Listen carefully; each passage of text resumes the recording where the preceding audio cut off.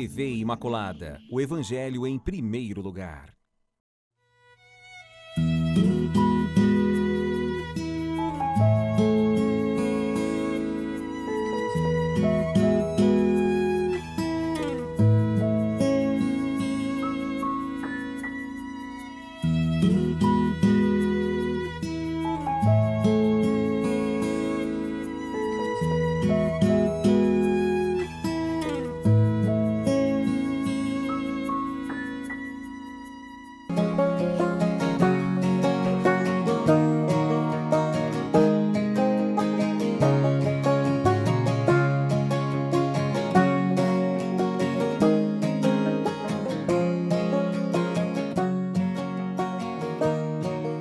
Olá, queridos amigos, nosso programa Páginas da Bíblia, iniciando agora, contando com você, que é sempre assíduo, contando com o nosso programa que está sempre oferecendo uma oportunidade nova de conhecimento e nessa temporada estudando as mulheres da Bíblia.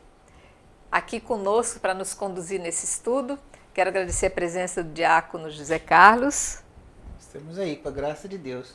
Com a professora Amélia. É muito bom estar aqui.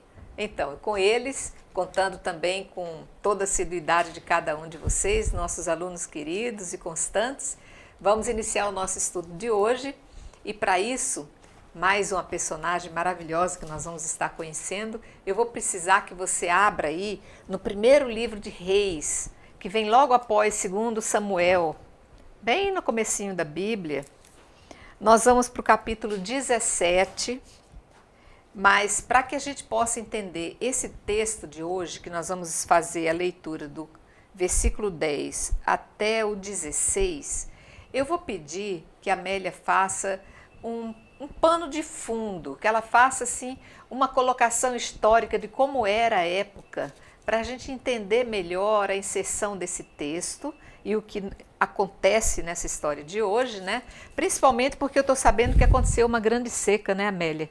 Isso aí trouxe consequências a ponto da gente ter que avaliar esse texto sob uma ótica diferente? Sim, para entender um pouquinho, nós vamos entrar numa grande mulher, como você fala, e um grande profeta da Bíblia, que é o profeta Elias. Então, Elias, ele é um profeta de Javé, do Deus Eu Sou, né? E sempre assim, a gente já falou várias vezes, mas vamos fazer uma memória. Quando Deus tirou o povo do Egito da escravidão, caminhou com ele pelo deserto, deu as normas de como viver uma sociedade nova, e o povo, depois de 40 anos, entrou na Terra Prometida. Na Terra Prometida não tinha rei, não tinha nada, Javé era rei, e tinha os anciões que cuidavam para que o povo não desviasse do projeto de Deus. Depois, um certo tempo, o povo quis pedir o rei, e quando o rei homem assumiu, primeiro rei foi Saul, depois Davi, Salomão. Quando os homens assumiram como rei, também assumiram que eram filhos de Deus. Aí o desmando começou, porque se o rei é filho de Deus, ficou igual o faraó no Egito. Lembra que o faraó mandou as parteiras matar as crianças, que nascesse se fosse menino, né? Então, o rei, na terra que Deus deu, agora, principalmente Salomão, vai se tornar como fosse um faraó. E vai deixar o povo na desgraça de novo, o povo vai ficar todo escravizado, agora na terra que Deus deu. E quando Salomão morre, o reino vai se dividir, reino do norte e reino do sul, e cada rei fazendo pior do que o outro, cada rei fazendo pior do que o outro. Aí o profeta é aquele que vai ficar sempre, cada rei vai ter o profeta que acompanha, para estar denunciando o que ele faz contra o projeto de Deus e para dizer para o povo, olha, o que está acontecendo aqui não é porque vocês são pecadores, não. O problema é que o rei se faz Deus e ele fala, a gente fala assim, põe na boca de Deus o que Deus nunca disse, né? Então o profeta fica sempre do lado, cuidando e anunciando. E a maioria dos profetas são todos catequistas do interior.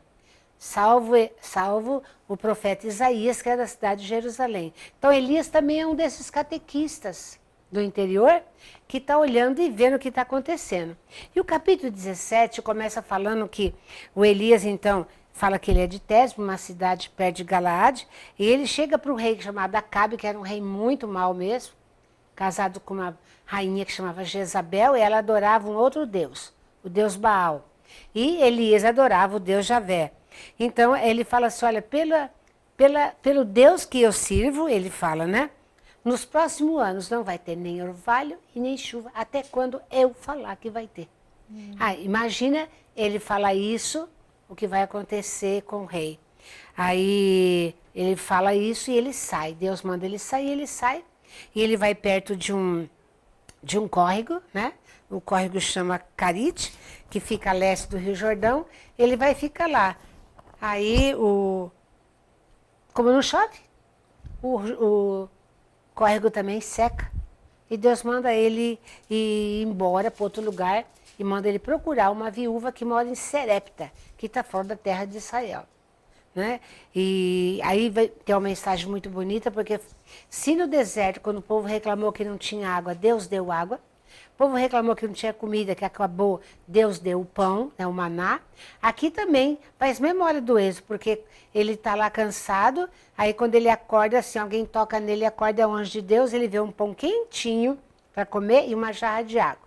Ele come e dorme de novo, ele vê um pão quentinho, uma jarra de água, e o anjo fala para ele, coma, né? Se abastece, porque a tua caminhada é longa.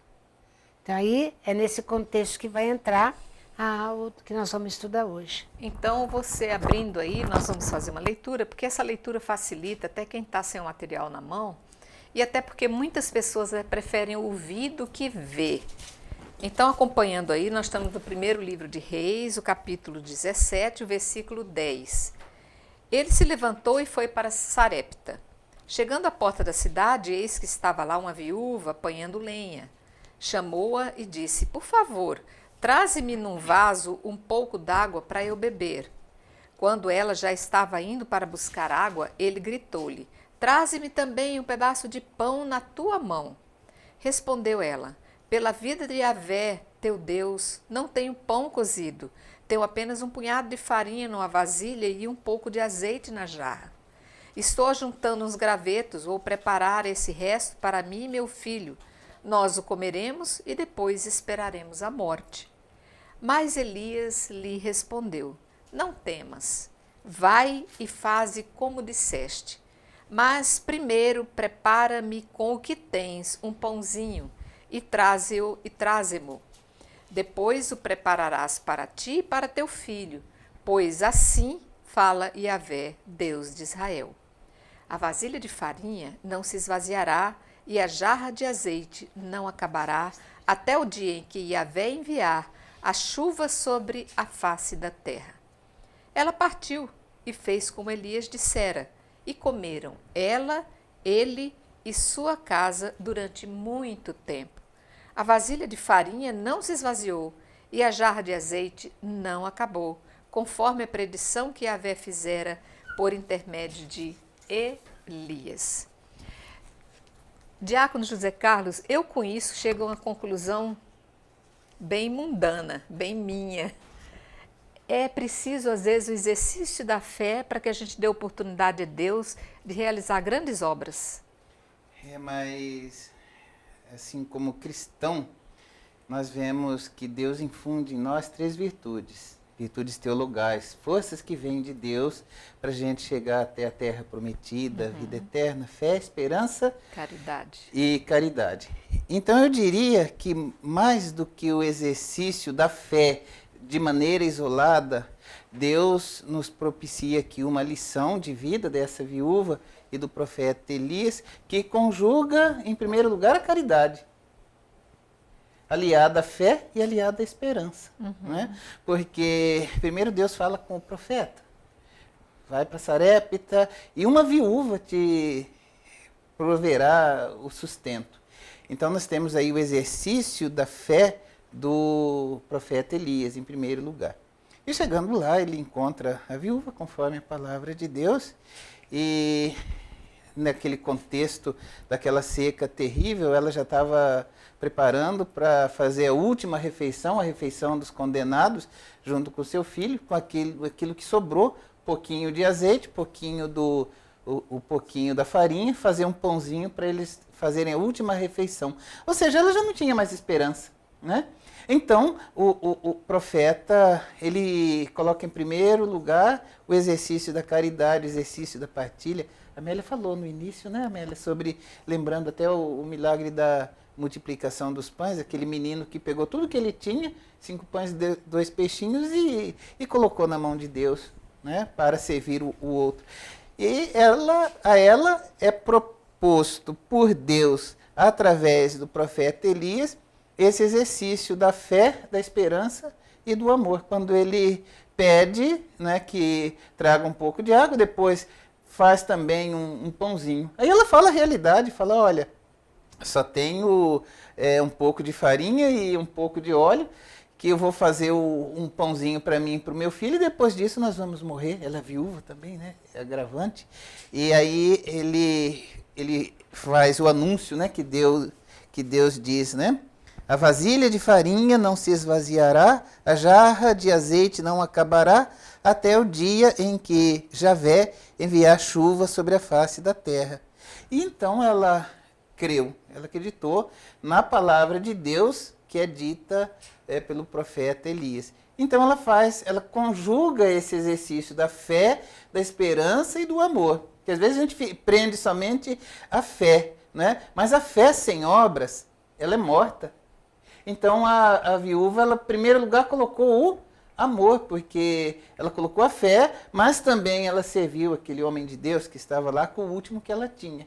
E em razão disso, não é, Deus, em razão da partilha, da abertura dela, da acolhida a Deus na pessoa do profeta, Deus opera aquele milagre de não faltar o óleo na vasilha, né, e nem faltar a farinha, até que voltasse a chuva, né? Então eu vejo assim, que é um exercício das 3 virtudes teologais. E interessante, né, Amélia? É colocado em prática por uma estrangeira.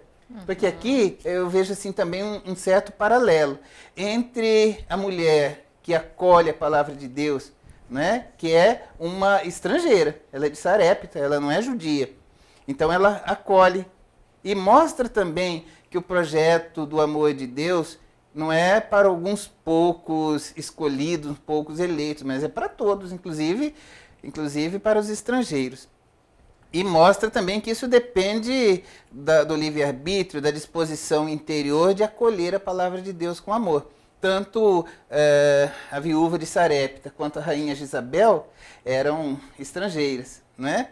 Uma acolhe a palavra de Deus e a outra teve oportunidade, mas não acolheu. Então, mostra também que não é Deus quem castiga, que Deus não castiga ninguém, que nós somos responsáveis pelas escolhas que fazemos. A viúva resolveu acolher Deus na pessoa do profeta. A rainha Jezabel não acolheu, pelo contrário, ela perseguiu o profeta. E elas mesmo escolheram as consequências que vêm depois. Aqui, Amélia, no versículo 12, vem reforçar isso que o diácono está falando, que respondeu ela, a viúva responde, pela vida de Javé, teu Deus. Quer dizer, ela não considera como Deus dela. Mas a gente vê na palavra dessa mulher uma aceitação diante das provações que estão por vir, e não uma indignação, porque às vezes há uma indignação velada, onde a gente percebe uma certa revolta com a situação que a pessoa vive.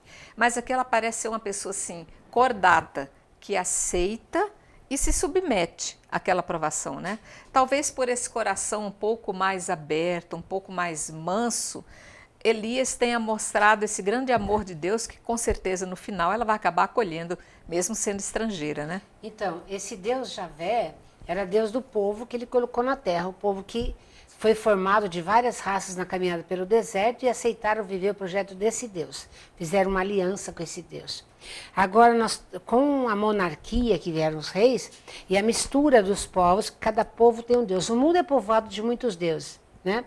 O José já falava da Jezabel, ela era adoradora do deus Baal, que era o deus da agricultura. Já o povo de Javé adorava o Deus, que era o Deus pastor, o Deus que caminhou pelo deserto, um Deus caminhante. Então, são grupos diferentes, né? Mas a oportunidade é para todos. Essa que você falou no versículo 12, ela representa ali uma sociedade de quem mais sofre são mulheres e crianças por causa da guerra dos reis. Os reis fazem guerra para conquista. Então, tem muitas viúvas, muitos órfãos, né? Mesmo que o marido está vivo na guerra, está órfão, porque não está em casa. Então, como é o papel da mulher, a gente já falou desde o começo, a mulher não tem meios de achar o sustento dela. Vai depender do filho quando o filho cresce. Então, agora é um desespero, né? A mulher fala, olha, não temos nada, eu só tenho um titico de farinha, um pouquinho de óleo, vou fazer um pãozinho, vamos comer, eu e meu filho, e tudo acabou, vamos esperar a morte chegar. Senta e espera a morte vir. Aí o profeta fala, não, né? Se você fazer isso que eu estou falando, nunca vai faltar nem farinha, nem pão. Ela acredita, né? E acontece, então, a multiplicação. A gente percebeu que tem por detrás da história do texto também, como tem muitas viúvas, muitas crianças, o que ela aprendeu também foi com o profeta Elias, que precisa existir a questão da solidariedade, da partilha, da caridade. Caridade é o amor. Eu só tenho um titico, você tem um titico, o Zé tem um titico, um pouquinho cada um, a gente juntando tudo esse pouquinho, nós vamos achar o meio de que aconteça o milagre de Deus, quando se une todo mundo junto, não individualmente, né? Então, realmente, mas logo ali no 12 ela fala, pela vida de Javé, o seu Deus, então ela também sabe que existe esse Deus, ela conhece, porque o Deus é conhecido, né? Eu juro que eu não tenho nada para te oferecer. Ele fala, não, você tem um pouquinho, mas esse pouquinho pode fazer a multiplicação. E ele lembrava aqui, a gente vai lá no Novo Testamento lembrar a multiplicação dos pães, né? Quando todos os evangelhos contam, e o que o José lembrou é o de João, que é do menino, de uma criança que parte a iniciativa do pouquinho que ele tem, ele dá. E com isso Jesus faz um milagre de multiplicar para todo mundo comer e ainda sobrar. Nós estamos percebendo como que a Bíblia, como esses contos são didáticos e como vão ensinando o povo de Deus a acreditar num Deus a partir do momento em que você se entrega nas mãos desse Deus, né? Então, eu vou pedir um pequeno intervalo, mantenham-se aí, já voltamos com a continuação desse episódio de hoje.